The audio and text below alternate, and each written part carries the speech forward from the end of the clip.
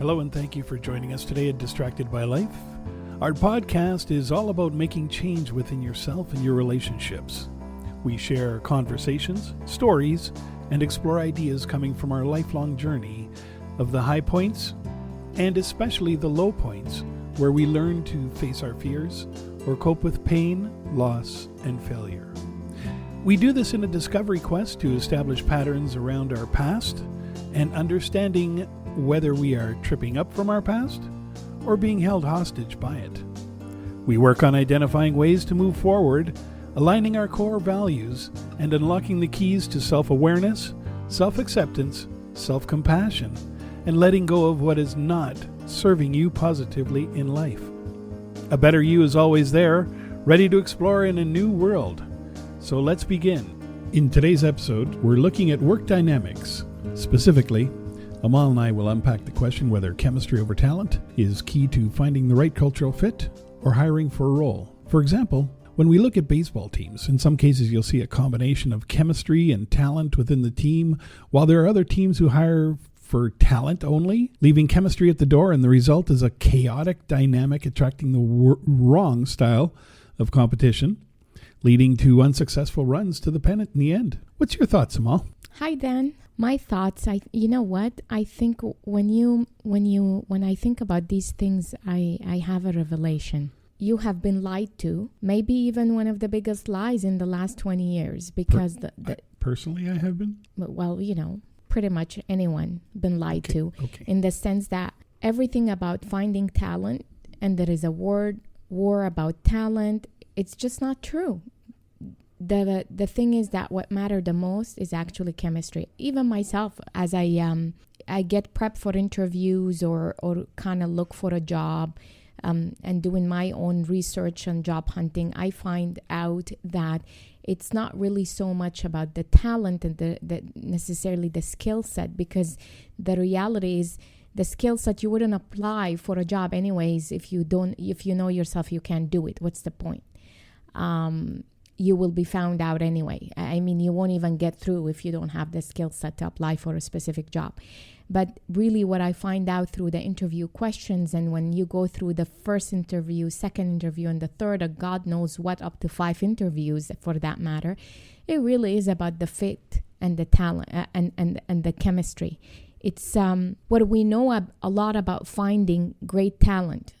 We definitely know a lot about finding great talent and the tools and resources to bring good candidate to the pipeline. But finding talent isn't that much mystery, really. It's what matter most is the chemistry.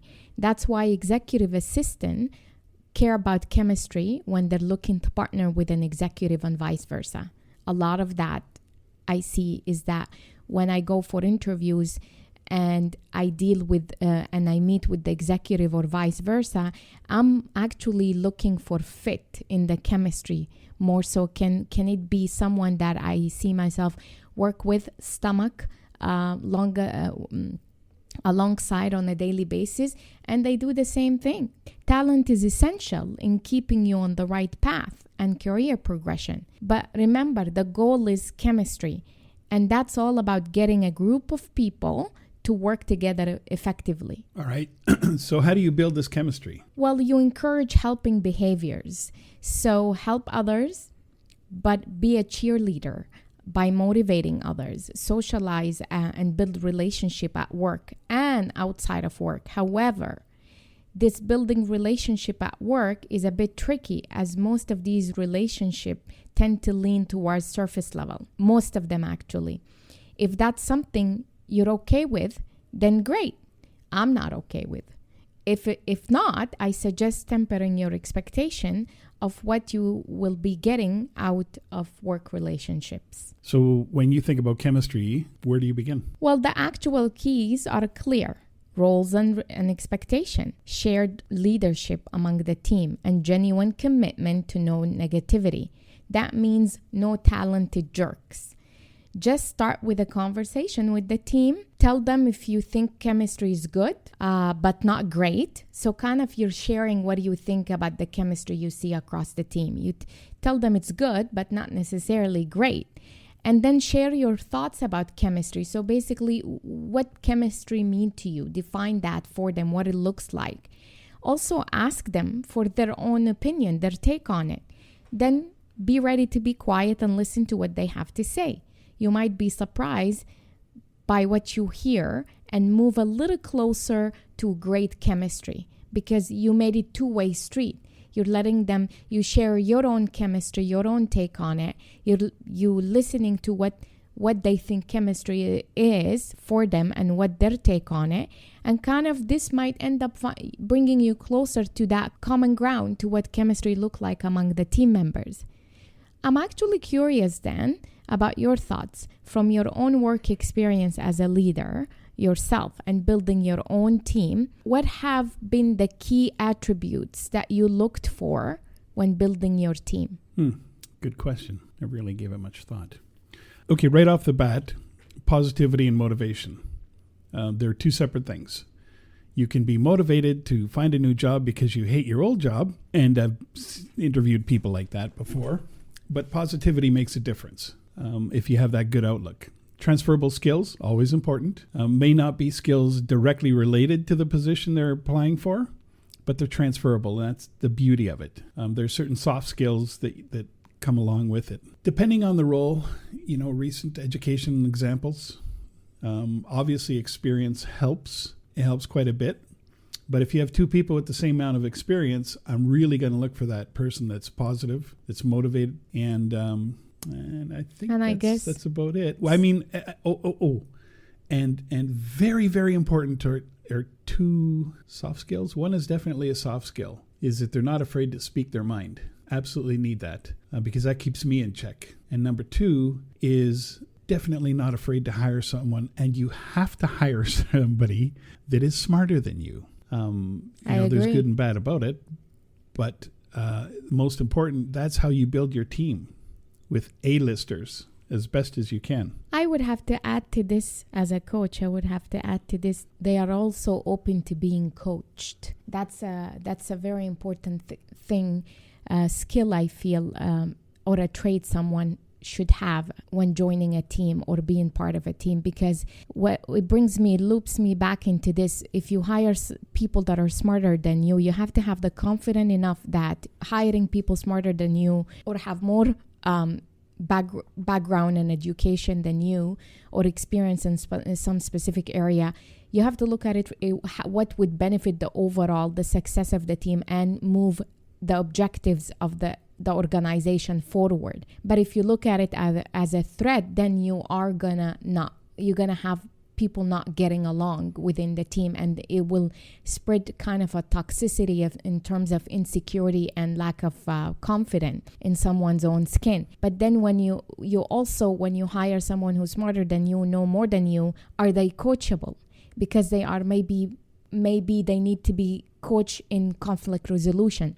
Because in reality is you can find the skill set and the talent, and they won't be perfect across the board in everything that would make them advance into becoming a leader.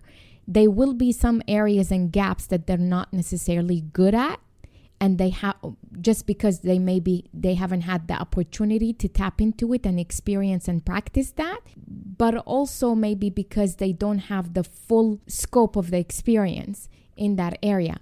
So how do you get people to balance what they're good at and being open to coaching? That's what makes a good fit in the team, is that you kind of map your talent within that team, group of people, and kind of complement each other. You have to teach them, you have to almost kind of infuse this culture thing about mapping talent and infuse, different skill set and strength will complement the team. And that's where chemistry also becomes strong, because when you have a good fit of a group of people, the chemistry is solid, they don't see each other as a threat. Now, I have to say that every single one of my team, at the very beginning of my career, it hurt to see somebody go.